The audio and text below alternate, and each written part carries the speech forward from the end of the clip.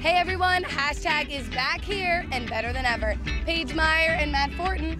And as you can tell from behind us, everyone is ready for Fall Fest. Public is opening for AJR and we couldn't be more excited. And of course, we're here to find the best looks. Let's take a look.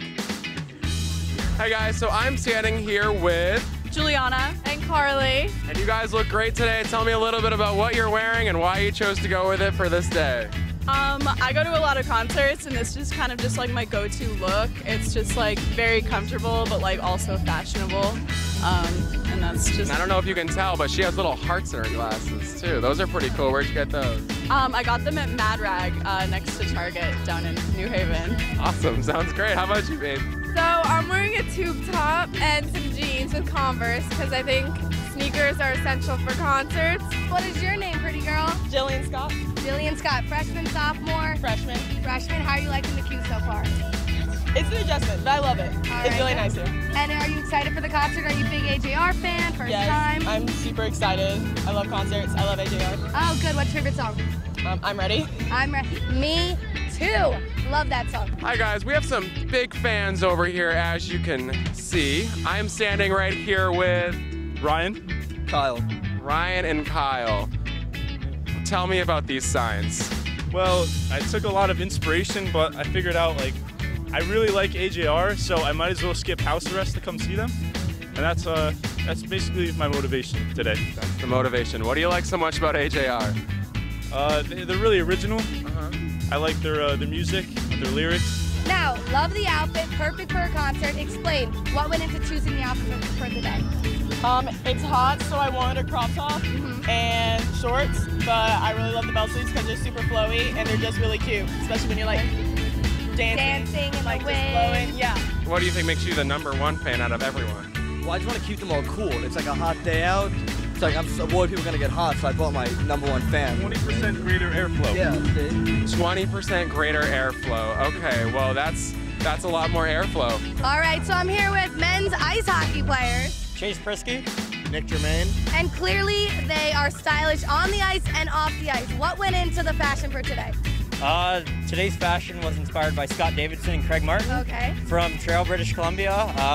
Sponsored me with this t-shirt, so I'm pretty excited. Good. And the jorts, did you cut them yourself, buy them? I bought them, cut them into capris, you know, it's kind of cool, kind of warm. I'm here with one of my good friends, Alexis, and look at her in the overalls today. Thank you. Yeah, I just felt like wearing overalls because it was hot, and I wanted to wear them before the season ended. What about the shirt and the bucket hat combo? This is the only cool outfit I own. All right, well, perfect day to wear it. Yeah. Thank you guys so much. Enjoy the concert. Thank you. So now tell me about how excited you are to see AJR and Public. I am very excited. I am not very familiar with the music, but I just like to go to concerts and stuff and eat the food, free food. So, And it's a free concert too, so you can't really go So wrong. you can't go wrong. Love all your outfits. What went into picking the perfect outfit for the day? I really don't know. I just kind of, I know it's gonna go for a skirt, but like, you know. It's hot today. Fine. Yeah, it's hot. And thoughts on the bands playing today? Do we know them? Do we like them? What do we think? I personally only know them because of Sober Up, which is one of their more famous songs, but I do like them in general, yeah. How about you? I don't know them at all. So. That's fun too though, right? I love sets because they're kind of easy. You kind of throw it on and you already know it matches. Perfect, perfect. What about you? I just like bright colors, so I went with Color the yellow. Yellow is in, girl. Yeah. Yellow is in. Well, Paige, I really think we saw a lot of great outfits today. We did. The Bobcats never failed to impress us in the fashion world. Reporting for Q30, I'm Matt Fortin, and this is Paige Meyer, and we'll see you next year. This past Sunday, the Black Students Union held its kickoff barbecue in Complex Courtyard. There were burgers, music, and games to celebrate the start of the semester. Students came out to support the organization and to join the fun of relaxing with friends before another week of classes. This past Sunday night, the International Student Association held a movie night on the lawn. There were 52 students who attended the event, and some even brought blankets and pillows to get comfy on the grass. Free snacks, popcorn, water, and soda were given out to attendees.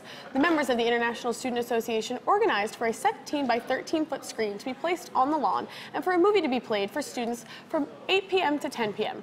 President of the organization, Alessandra Woodbridge, explained why they picked the movie they did. I chose the movie not only because it's a great movie, it's a really interesting movie with a witty, interesting plot, but we also chose the movie because we felt it best portrayed international diversity.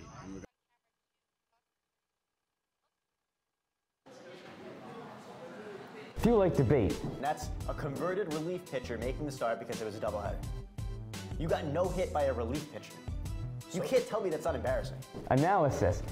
You can see his stance, his positioning right there is excellent. And a side of entertainment. Is he right or is he crazy? Well, we all know the answer to that. He's a bit crazy, but I gotta say, you know. Then join us on Bobcat Breakdown. From the court to the ice to here on the diamond, we'll discuss everything you need to know about Quinnipiac athletics. Bobcat Breakdown, Tuesdays at 9:30. Welcome to the WQAQ Morning Show. Dan Ball and Emma Spagnolo joining you here from the QAQ studios in Hamden. And Emma, it is that time of year again.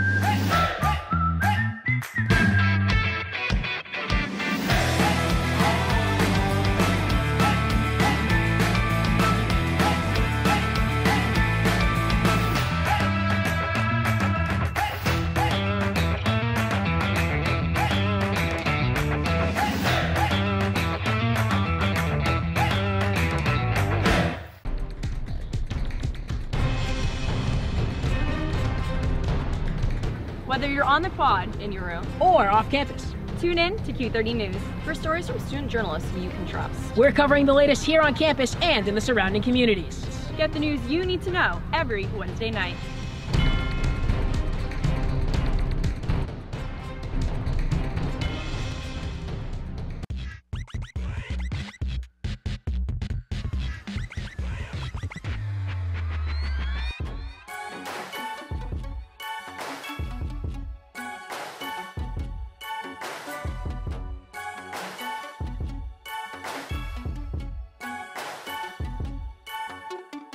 From Hamden to Hollywood, we are your source for entertainment news.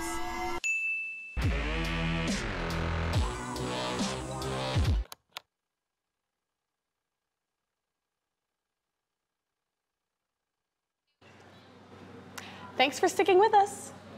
With so many great options around the area, picking out a spot for dinner can be tough. But some of our newest members checked out Hamden's newest restaurant. Check out what they had to say about Roost. Hi, I'm Sam McCleary. And I'm Joey Ordonez. And we are here for #that, and today we went to Roost, a new restaurant in Hamden, and we tried out some of their food, and here's what we think. How was your first experience? It was good. I really enjoyed going to Roost. When we walked in, it was a pretty chill atmosphere. Yeah, it was pretty welcoming, honestly. Yeah. I really felt welcomed by the cashiers and the managers there. I have the 8-piece barbecue wings, please. Yeah, it was a nice new place, so it was pretty clean. Yeah. Yeah, all the wood looked brand new, everything fresh paint job, stuff like that. But the food was great. I thought it was great, honestly. I got the wings, and they were they looked crispy and sort of burnt, and just looking at it, I was like, this is gonna suck.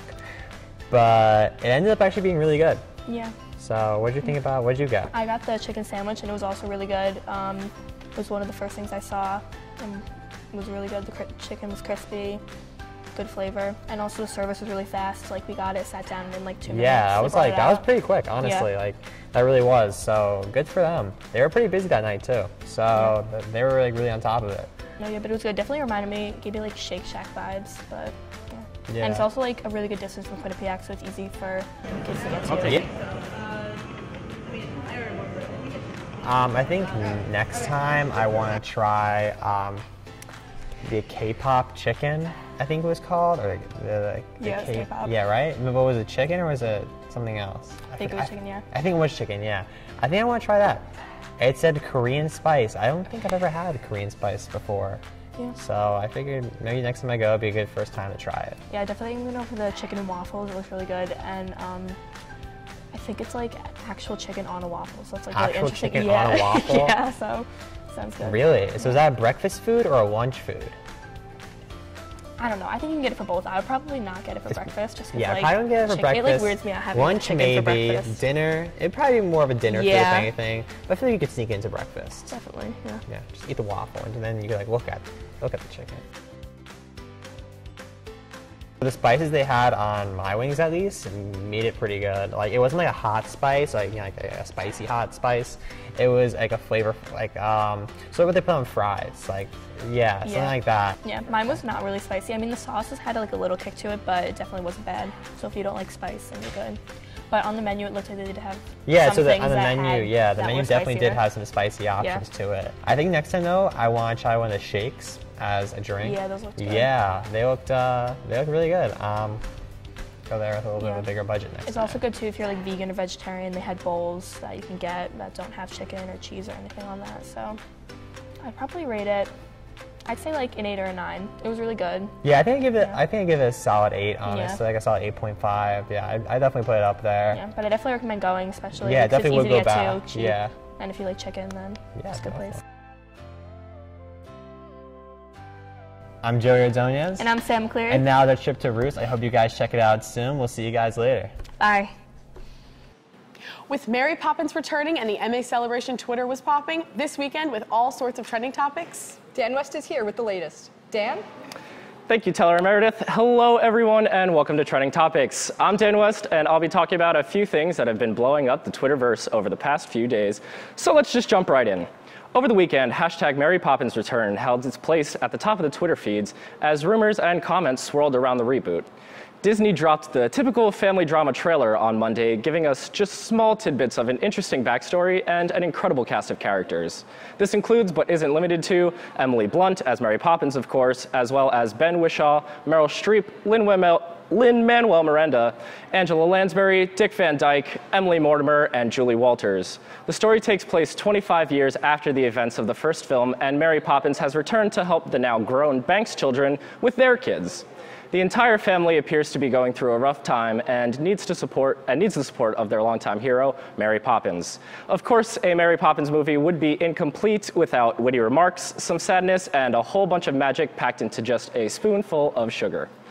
All things this next feature seems to be chock full of. At the Steph0528 tweeted, "It's Lin-Manuel with a key and a kite. You see, right? Hashtag Mary Poppins returns." I don't know if Lin-Manuel will be making any shocking Ben Franklin level discoveries in this movie, but based on the Twitter buzz, this continuation is sure to be electric. Mary Poppins Returns is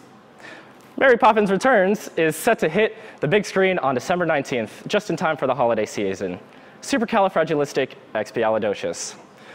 While there were plenty of other great trending topics to cover this weekend, I wouldn't be doing my job if I didn't talk about the hashtag Emmys. Yes, the Emmys were this past Monday, and all of our favorite television stars took to the red carpet to be recognized for their incredible talent. Colin Jost and Michael Che from Saturday Night Live hosted the 70th annual edition of this award show. I'll talk about the nominees and the winners in a little bit, but the first criticism to appear from the Twitterverse was a stunning lack of diversity. The show opened with a slightly painful monologue grasping for overdone Weinstein-esque and all-white jokes. These are important, relevant things to bring up, but it was done in the same way that it has been done for the past year and a half. I barely chuckled through the grueling 7.5 minutes. I was surprised to see that this was accompanied by a musical number directly calling out diversity. Various nominees took to the stage to sing an overly satirical song stating that they have solved the issue of diversity, pointing to Sandra Oh, the first Asian woman to be nominated for Lead Actress Emmy, and remarking, "There were none, now there's one, and so we're done." The issue is that this number actually featured little diversity. Other than Ricky Martin appearing halfway through, the performance only comprised of white women and black men. While this is a small step and the number was clearly satire, it would have been more effective to see true diversity and women of color more represented. The nail in the coffin came within the first hour. The first few winners were all white actors and directors. Host Michael Che actually made a comment saying 6 awards, all white winners. James Corden also actually suggested getting hashtag #EmmysSoWhite trending, and it did. At Donald Hughes tweeted, "I feel like the hashtag Emmys just nominated all these black folks so that they wouldn't be labeled hashtag #EmmysSoWhite. The black folks ain't winning anything yet." And he's right. It is one thing to crack jokes and make tongue-in-cheek musical numbers about diversity, but it's another thing to follow through. While this year's award show has made some large strides, we still have a long way to go. Going back to something a little more lighthearted, I wouldn't be me if I didn't talk about hashtag Game of Thrones. Sorry to all of you non-fans out there, yes, I am a little biased, but over a year and a half off the air and still Game of Thrones is cleaning up. Though The Marvelous Miss Maisel sealed the deal in multiple award categories, Game of Thrones has won Outstanding Drama Series for a 3rd year in a row. Peter Dinklage has also won his 3rd Supporting Actor Emmy for Game of Thrones. And that makes sense because, let's be honest, Tyrion is bae. At IamKoshiak tweeted, a coworker who just started watching Game of Thrones texted me, why isn't Ned Stark at the Emmys? He's the main character. I don't have it in me to reply. Hashtag Emmys, hashtag Game of Thrones. All I can say to that is, oh, honey. Thrones is slated to return on April 21st, 2019, and I will be counting down these seconds. That's all the trending topics I have for this weekend. If you watched the Emmys, let us know who you think was deserving, who you think got snubbed, and if you could come up with a better monologue joke. I'm Dan West. Now back to Taylor and Meredith at the desk. The Student Programming Board has arranged for a special performer to rock the CAF every Wednesday each week at 12 p.m. SPB will have a different performer take the stage. Stephen Curtis was the first artist to perform for the Bobcats. Let's check it out.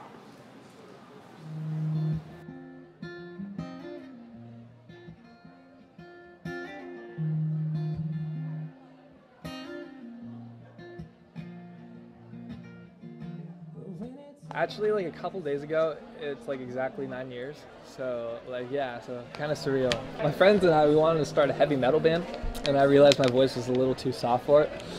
And I didn't like screaming all the time, and I was going through puberty, so my voice would be cracking every time. It was just horrible. And then eventually I discovered like artists like Jason Mraz, John Mayer, and my friends were really unreliable with their instruments. Like they wouldn't practice. One had a girlfriend, and then he was the only talented one, while me and my other friend were like trying to learn how to do instruments at the time. But I was just like, well, I can't really rely on Buddy at this point, so I just need to focus it on myself. And then I did whatever I could to hone a one-man kind of show since then, and then just been working on it since.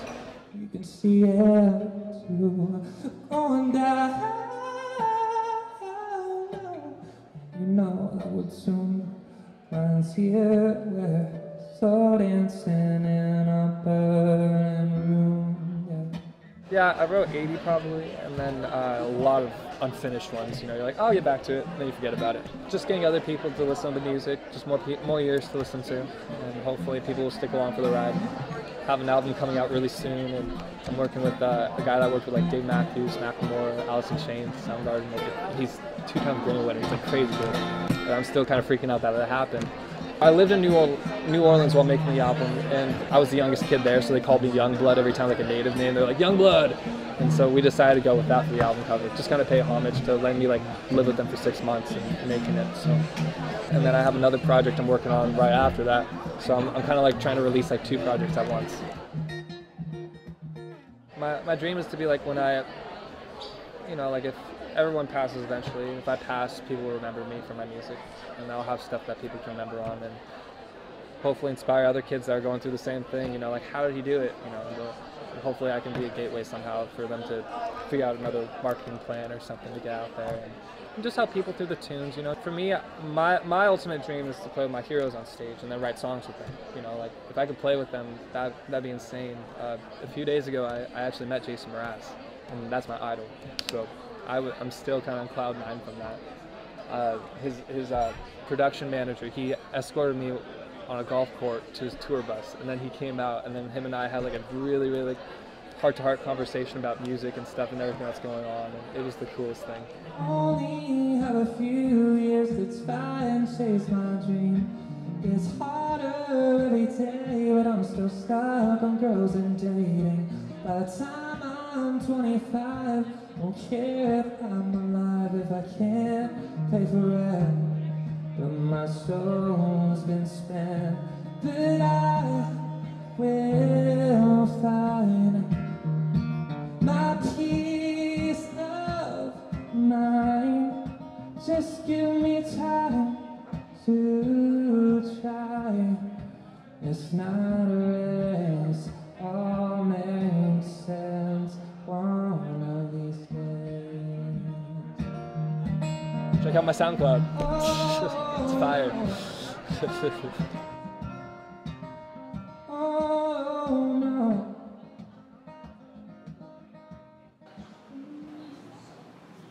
Coming up, a look at the biggest stories coming from Hollywood. And later, our latest edition of Hashtag You're It. Stick with us.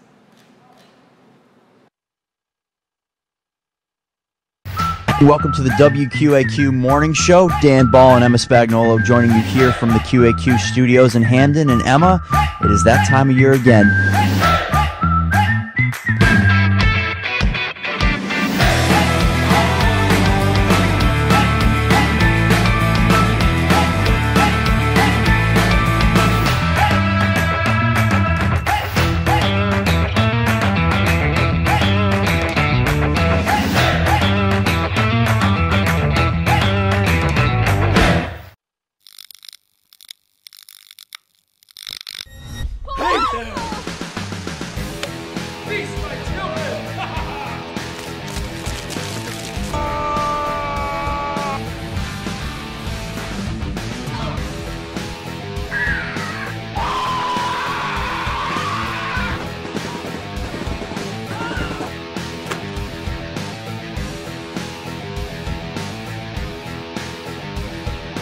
Hello, and tonight on Sandwich News, we will determine what makes a good sandwich and a bad sandwich.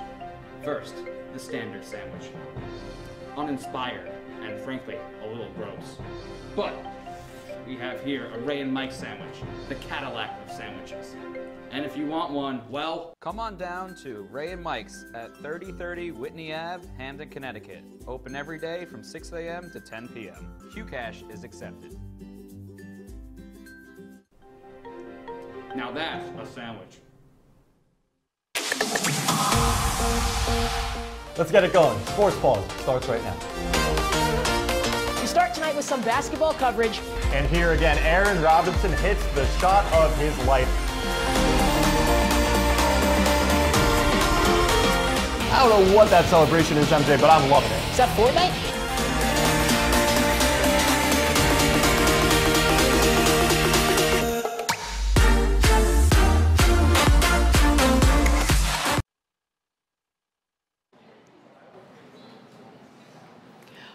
Welcome back, everyone, to Hashtag That. Now to fill us in on everything Hollywood is Kristen Altmeyer. Kristen, what's going on? Hey guys, thanks so much for having me. So we're gonna jump right into it because tons happened this week.